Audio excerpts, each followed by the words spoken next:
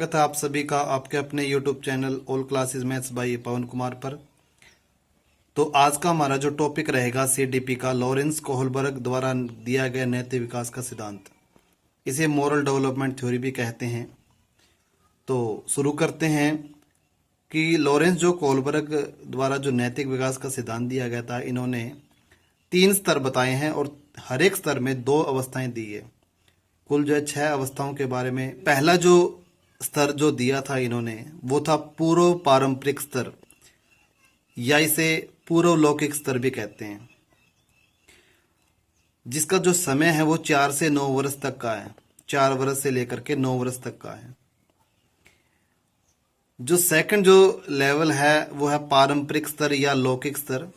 इसका जो समय दिया गया बच्चे का वो था 9 से 12 वर्ष तक का।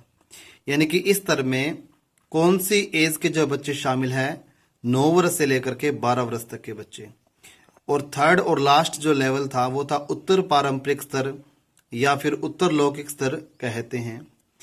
इसमें 12 वर्ष से लेकर के 18 वर्ष तक के बच्चों को शामिल किया गया है। स्तर जो है फर्स्ट शुरू करते हैं पूर्व पारंपरिक स्तर। पूर्व जो पारंपरिक स्तर है इसमें 4 वर्ष से लेकर के 9 वर्ष तक के बच्चों के बारे में बताया कोहलबर्ग ने, और हर स्तर में 2 अवस्थाएं दी है। तो पहली जो अवस्था है वो है दंड एवं आज्ञा पालन का विकास। यानी कि पहली अवस्था के अंतर्गत बच्चे में दंड एवं आज्ञा पालन का विकास होता है। सेकंड जो स्टेज है, दूसरी जो अवस्था है वो है यांत्रिक सापेक्षता या साधन सापेक्षता। हित पूर्ति होती है, स्वार्थ पूर्ति होती है, और इसमें बच्चा सेल्फ सेंटर्ड हो जाता है, आत्म केंद्रित हो जाता है। तो दोबारा देखिए, फर्स्ट जो लेवल है वो पूर्व पारंपरिक स्तर है, और जो जिसे पूर्व लौकिक स्तर भी कहा गया, इसमें 4 वर्ष से लेकर के 9 वर्ष तक के बच्चों को शामिल किया गया। और इस लेवल के अंतर्गत 2 अवस्थाओं का वर्णन किया। पहली जो अवस्था है वह दंड एवं आज्ञा पालन का विकास, और जो सेकंड स्टेज है वह यांत्रिक सापेक्षता या साधन सापेक्षता। और पहली जो अवस्था है इसमें बच्चे का जो है दंड एवं आज्ञा पालन का विकास होता है, और जो सेकंड स्टेज है इसमें यांत्रिक सापेक्षता या साधन सापेक्षता की हित पूर्ति होती है। इसमें बच्चे की स्वार्थ पूर्ति होती है, और इसमें बच्चा सेल्फ सेंटर्ड होता है, यानी कि आत्म केंद्रित हो जाता है। इसके बाद जो सेकंड जो लेवल है वो है पारंपरिक स्तर या लौकिक स्तर। पारंपरिक स्तर या लौकिक स्तर, इस स्तर के अंतर्गत 9 वर्ष से लेकर के 12 वर्ष तक के बच्चों को जो है शामिल किया गया है।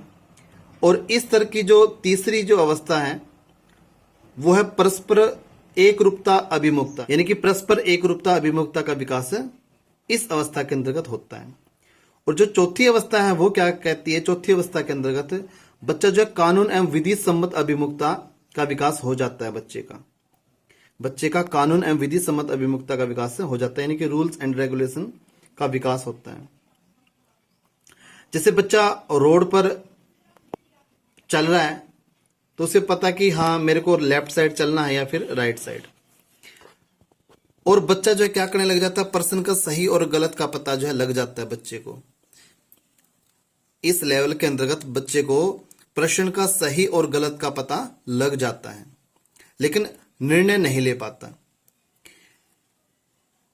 उम्मीद है आपको अच्छे से क्लियर हो गया होगा सेकंड लेवल भी। तो दोबारा से, पारंपरिक स्तर या लौकिक स्तर ये सेकंड लेवल है जो लॉरेंस कोहलबर्ग द्वारा दिया गया। इसमें 9 वर्ष से लेकर के 12 वर्ष तक के बच्चों को शामिल किया गया।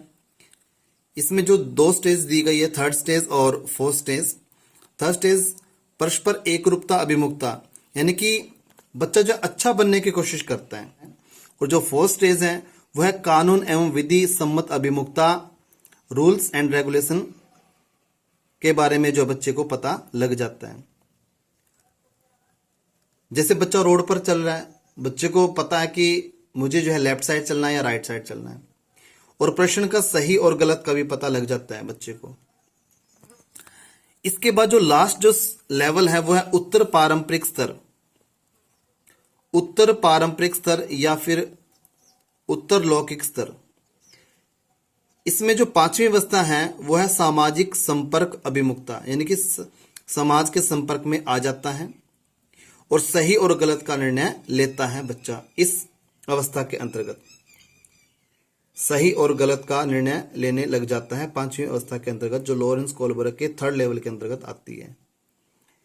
इसके बाद जो छठी अवस्था है वो है सार्वभौमिक नैतिक विकास, यानी कि समाज में कुछ भी गलत हो रहा है तो बच्चा उसे बदलने की कैपेसिटी रखता है, क्षमता भी रखता है।